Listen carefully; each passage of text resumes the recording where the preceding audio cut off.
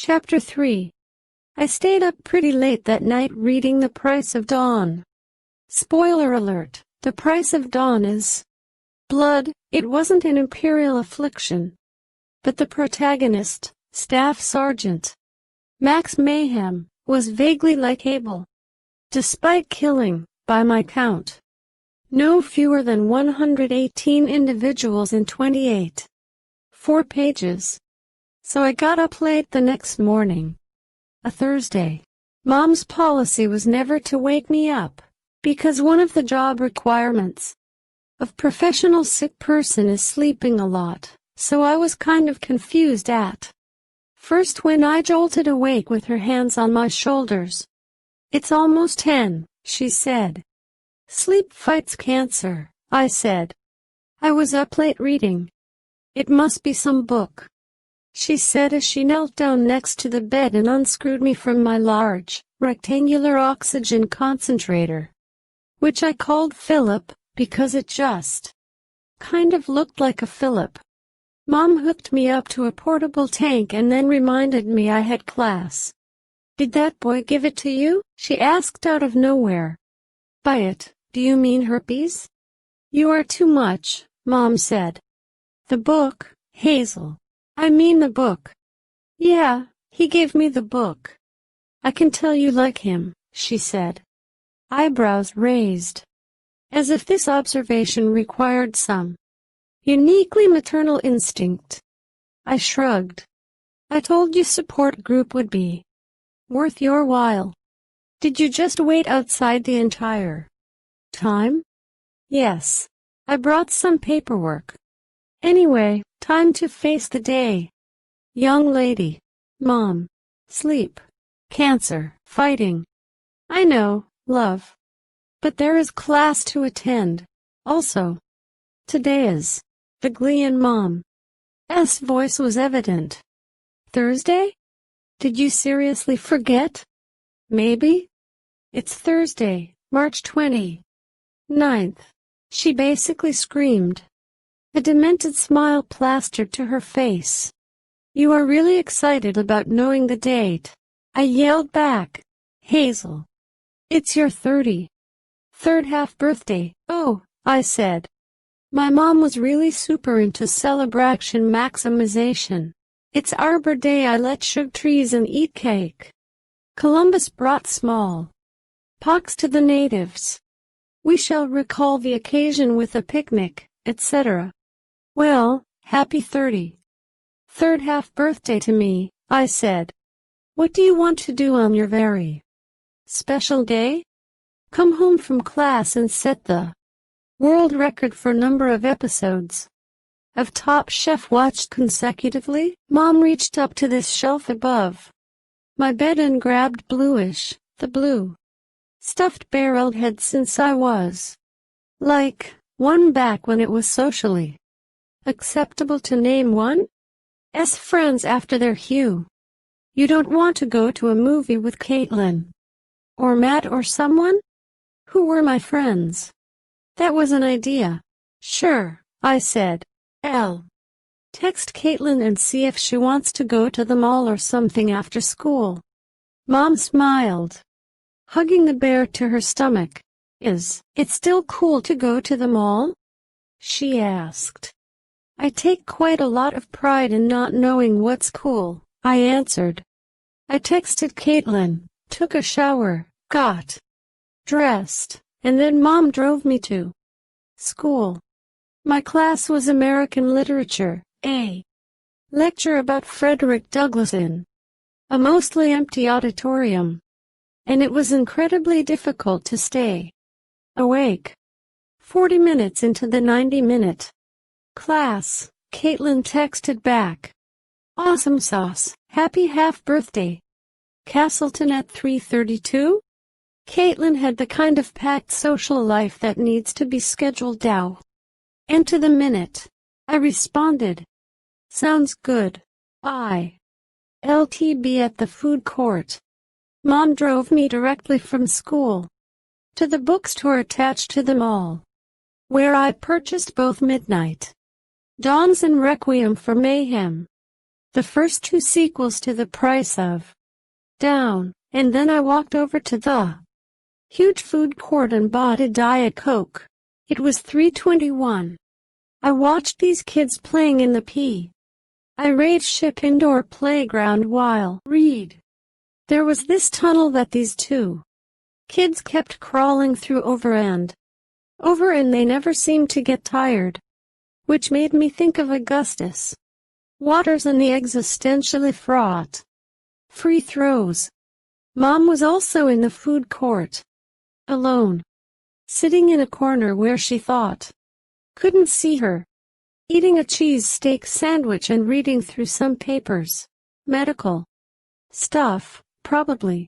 The paperwork was endless. At 3:32 precisely, I noticed Caitlin striding confidently past the walk-house. She saw me the moment I raised my hand, flashed her very white and newly straightened teeth at me, and headed over. She wore an length charcoal coat that fit perfectly and sunglasses that dominated her face. She pushed them up onto the top of her head as she leaned down to hug me. "Darling," she said, vaguely British. "How are you?" People didn't. I find the accent odd or off-putting. Caitlin just happened to be an extremely sophisticated 25-year-old British socialite stuck inside a 16-year-old body in Indianapolis. Everyone accepted it. "I'm good. How are you?" "One don't even know anymore." "Is that diet?" I nodded and handed it to her. She sipped through the straw. "I do wish you were at school these days. Some of the boys have become downright edible."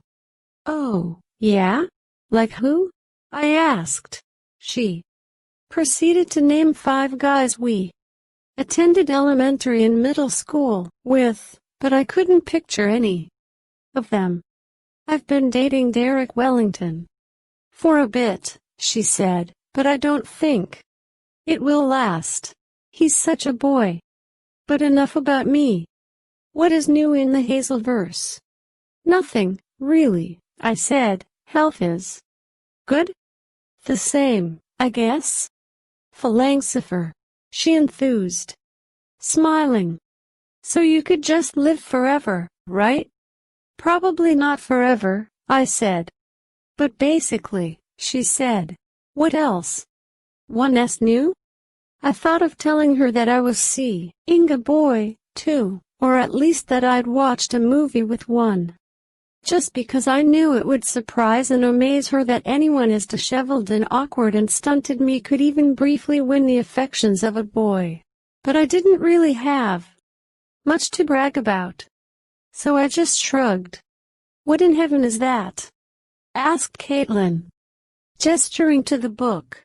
"Oh, it's sci-fi. I've gotten kinda into it.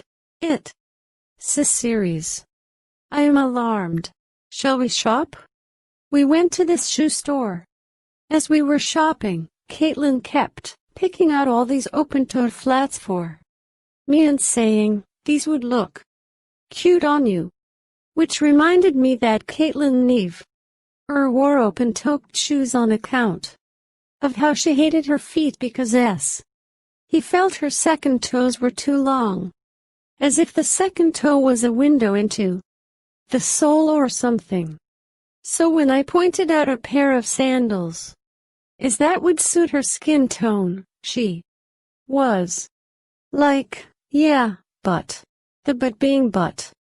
They wild exposed my hideous second toes to the public, and I said, "Caitlin, you're the only person I've ever known to have toe-specific dysmorphia," and she said, "What is that?" "You know, like when you look in the mirror and the thing you see is not the thing as it really is." Oh, she said. "Do you like these?" She held up a pair of cute but unspectacular Mary Janes, and I nodded. And she found her size and tried the moan, pacing up and down the aisle. watching her feet in the knee-high angled mirrors. Then she grabbed a pair of stroppy hooker shoes and said, "Is it even possible to walk in these? I mean, I would just die." And then stopped short, looking at me as if to say I'm sorry. As if it were a crime to mention death to the dying. "You should try them on," Caitlin continued, trying to paper over the awkwardness.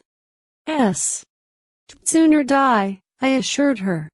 Ended up just picking out some flip-flops so that I could have something to buy, and then I sat down on one of the benches opposite a bank of shoes and watched Caitlin snake her way through the aisles, shopping with the kind of intensity and focus that one usually associates with professional chess.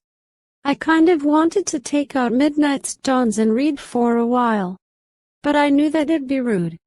So I just watched Caitlin.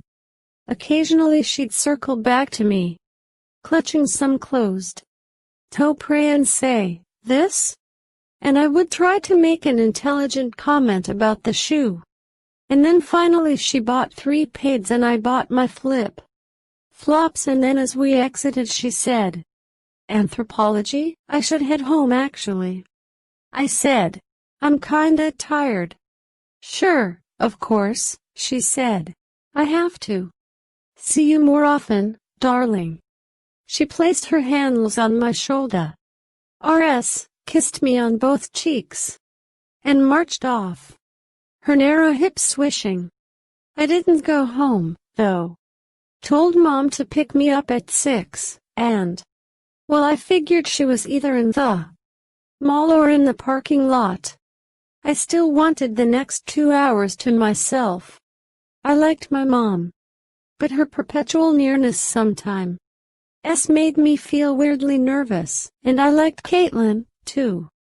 I really did, but 3 years removed from proper full-time school exposure to my peers, I felt a certain unbridgeable distance between us. I think my school friends wanted to help me through my cancer, but they eventually found out that they couldn't. For one thing, there was no through. So I'll excused myself on the grounds of pain and fatigue, as I often had over the years when seeing Caitlin or any of my other friends. In truth, it always hurt. It always hurt not to breathe like a normal person, incessantly reminding your lungs to be lungs, forcing yourself to accept as unsolvable the clawing, scraping inside-out ache of under-oxygenation. So I wasn't lying, exactly. I was just choosing among truths. I found a bench surrounded by an Irish gift store, the Fountain Pen Emporium, on the baseball cap outlet, a comer of them all. Even Caitlin would leave her shop and started reading Midnight Dawns. It featured a sentence-to-corpse ratio of nearly 1:L, and I tore through it without ever looking up. I liked Staff Sergeant Max Mayhem, even though he didn't have much in the way of a technical personality. But mostly I liked that his adventures kept happening. There were always more bad guys to kill and more good guys to save. New wars started even before the old ones were won. I hadn't read a real series like that since I was a kid, and it was exciting to live again in an infinite fiction. 20 pages from the end of Midnight Dawns, things started to look pretty bleak. Or Mayhem when he was shot 7-8 times while attempting to rescue a blonde American hostage from the enemy. But as a reader, I did not despair. The war effort would go on without him. There could and would be sequels starring his cohorts, Specialist Manny Loco and Private Jasper Jackson, the rest. I was just about to the end when this little girl with barreted braids appeared in front of me and said, "What's in your nose?" And I said, it's called a cannula. These tubes give me oxygen and help me breathe." Her mother swooped in and said, "Jackie," disapprovingly, but I said, No, it's okay, because it totally was." And then Jackie asked, "Would they help me breathe to zero?" I dunno. Let's tooey. I took it off and let Jackie stick the cannula in her nose. "Say and breathe. Tickles," she said. "I know, right? I think I'm breathing better," she said. Yeah? Yeah. Well, I said, "I wish I could give you my cannula, but I kind of really need the help." I already felt the loss. I focused on my breathing as Jackie handed the tubes back to me. I gave Tim a quick swipe with my T-shirt, laced the tubes behind my ears, and put the nubbins back in place. "Thanks for letting me try it," she said.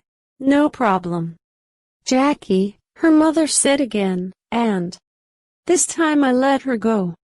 I returned to the book, where Staff Sergeant Max Mayhem was regretting that he had but one fate to give for his country, but I kept thinking about that little kid and how much I liked her. The other thing about Caitlin, I guess, was that it could never again feel natural to talk to her.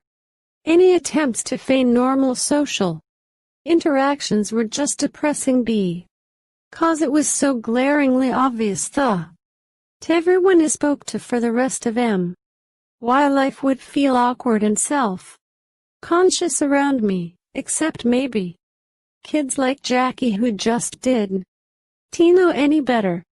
Anyway, I really did like being alone.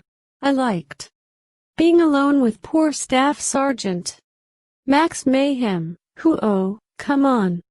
He's not going to survive these 70 bullet wounds, is he? Spoiler alert, he lives. So that's the end of Chapter 3.